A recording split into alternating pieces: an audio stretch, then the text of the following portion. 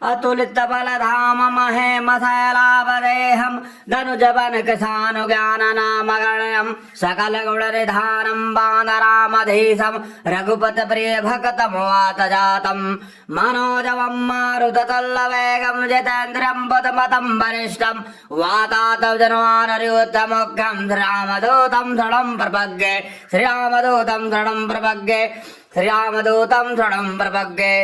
सभी भक्तजनों को कोट कोट प्रणाम, लाख लाख धन्यवाद। प्रिय भक्तजनों, बृहस्पतिवार के दिन कौन सा कार्य करने से प्रसन्न होती हैं माता लक्ष्मी और प्रभु हरि नारायण, इसके बारे में मैं आप लोगों को इस वीडियो के माध्यम से बता रहा हूँ। यदि आप हमारे द्वारा बताए गए नियम का पालन करते हैं तो आप पर अवश्य ही प्रभु हरि नारायण और माता लक्ष्मी की कृपा की वर्षा होगी और आप लोग सुख शांति से समृद्धि के साथ अपने जीवन को व्यतीत करेंगे और आपका घर हरदम धन्य धान्य से परिपूर्ण रहेगा।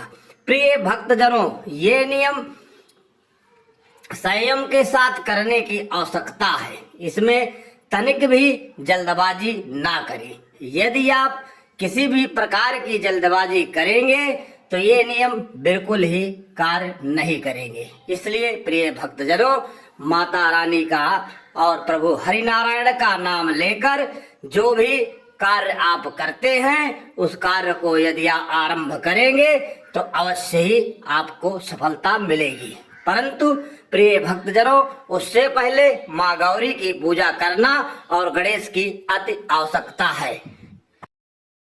प्रिय भक्तजनों, अब मैं जो आपको बताने जा रहा हूँ इस नियम का आप पालन करें। गुरुवार की पूजा करने की संपूर्ण विधि के बारे में मैं आपको भली भांति अवगत करा रहा हूँ।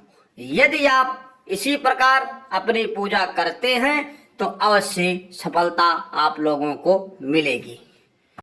इस बात का विशेष ध्यान रखें कि आप नियम और संयम का पूर्ण रूप से पालन करें। प्रिय भक्तजनों, गुरुवार के दिन सुबह ब्रह्म मुहूर्त में नहाने के बाद घी का दीपक जलाकर भगवान विष्णु की पूजा करनी चाहिए। इसके साथ ही उनका पाठ भी अवश्य करें। ज्योतिष शास्त्र में गुरु को धन का कारक ग्रह भी माना गया है, इसलिए यदि आप गुरु की पूजा करते हैं गुरुवार के दिन तो उससे प्रभु हरि नारायण और माता लक्ष्मी अतिशीघ्र प्रसन्न होती है। प्रिय भक्तजनों, प्रभु को इस समय आपको ध्यान करते हुए अपने मन को उनके चरणों में स्थापित करने की आवश्यकता है। इसमें तनिक भी संदेह नहीं है कि यदि आप ऐसा करते हैं तो प्रभु आपको अतिशीघ्र प्रसन्न होके मनवांछित फल प्रदान करेंगे। प्रिय भक्तजनों, ज्योतिष शास्त्र के जानकारों के अनुसार गुरुवार को पीले वस्त्र ही धारण करने का प्रयास करना चाहिए। अगर ऐसा नहीं हो सकता तो कम से कम पूजा करते वक्त केसर से भगवान विष्णु को तिलक अवश्य करें।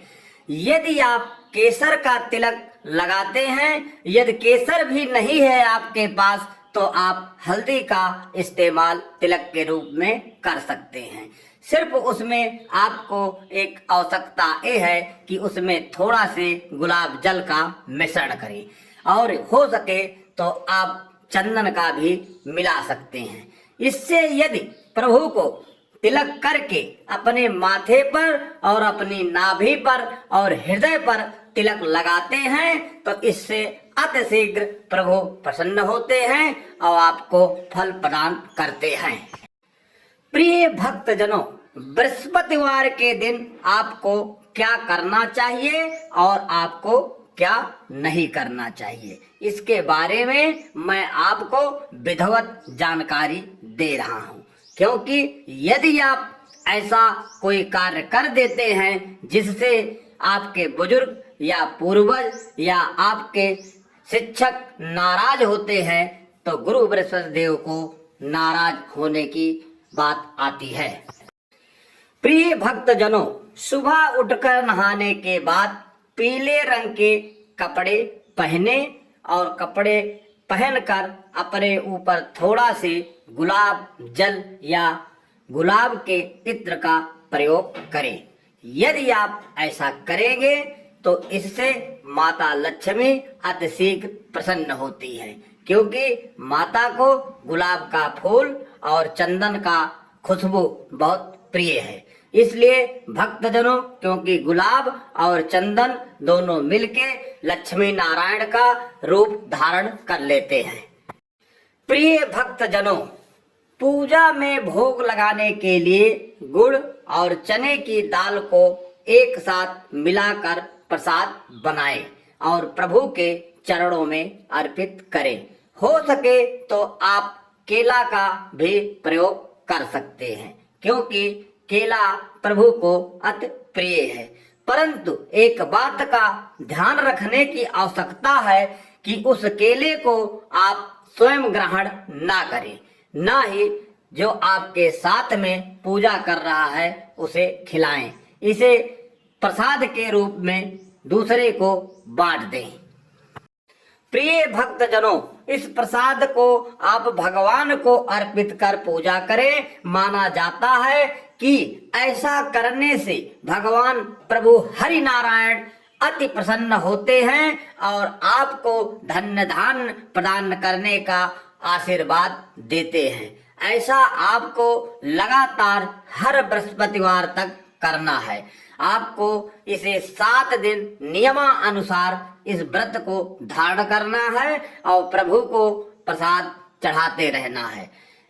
माता लक्ष्मी को हो सके तो लाल या गुलाबी कलर के वस्त्र भी चढ़ा सकते हैं। यदि ऐसे करते हैं तो माता रानी आप पर अतिशीघ्र प्रसन्न होगी।